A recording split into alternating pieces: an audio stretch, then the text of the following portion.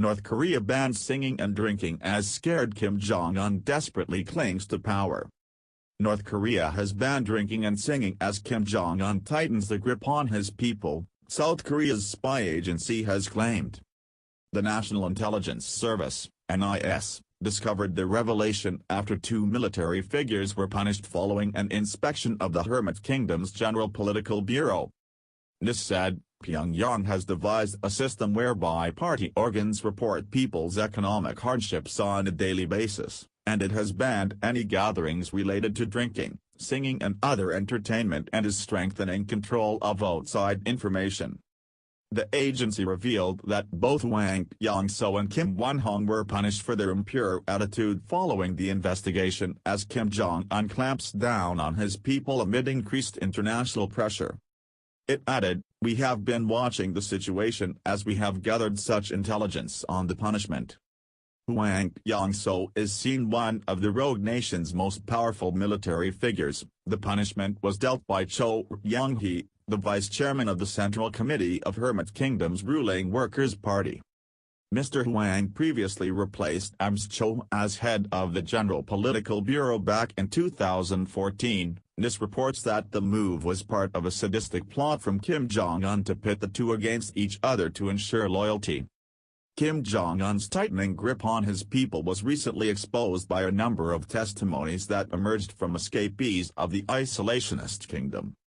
A university student that escaped in 2013 said, "I was in my second year at the university when this person was introduced to us as our new leader. I thought it was a joke. Among my closest friends, we were calling him a piece of shit. Everyone thinks this, but you can only say it to your closest friends or to your parents if you know that they agree." A young mother added, "Everybody knew that Kim Jong-il and Kim Jong-un were both liars, that everything is their fault, but it's impossible to voice any opposition because we are under such tight surveillance. If someone is drunk and says Kim Jong-un is a son of a bitch, they'll never see them again." A doctor also declared, "It's like a religion. From birth, you learn about the Kim family, learn that they are gods, that you must be absolutely obedient to the Kim family. The elites are treated nicely, and because of that they make sure that the system stays stable. But for everyone else, it's a reign of terror.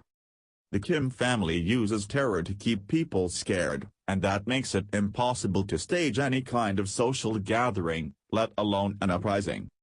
With the rogue nation frequently issuing threats of nuclear annihilation to the world, the South Spy Agency has been monitoring the country's military and has not found any signs of an upcoming provocation, but insisted that with Kim Jong-un at the helm the world should be on constant alert. It went on, "Depending upon North Korean leader Kim's determination, a nuclear test is possible any time." With international sanctions increasing the desperate situation in North Korea, it appears the country is putting all of its efforts into its military program after NIS reported the country will develop an intercontinental ballistic missile, ICBM, capable of reaching the mainland U.S. this year. After being briefed by the spy agency, lawmakers in South Korea told reporters, the agency is closely following the developments because there is a possibility that North Korea could fire an array of ballistic missiles this year under the name of a satellite launch and peaceful development of space, but in fact to ratchet up its threats against the United States.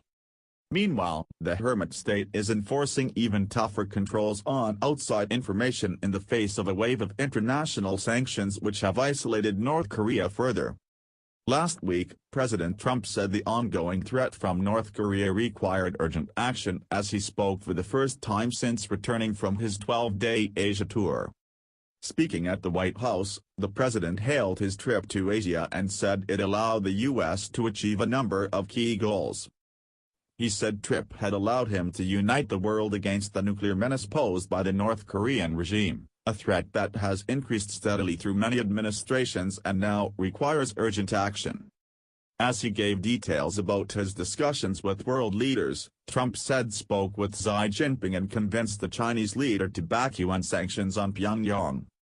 He reiterated that all options remain on the table as he warned, time is running out. Trump said the U.S. and its allies will not allow the twisted dictatorship in North Korea to hold the world hostage. President Trump's warning to North Korea is the latest in a series of threats and insults with Kim Jong-un. Last week, the president reacted to reports that Kim Jong-un had described him as old.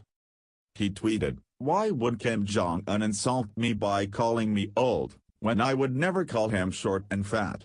Oh well, I try so hard to be his friend, and maybe someday that will happen." This was followed by North Korea accusing Donald Trump of declaring war on the Hermit Kingdom after the U.S. president berated Kim Jong-un's authoritarian dictatorship.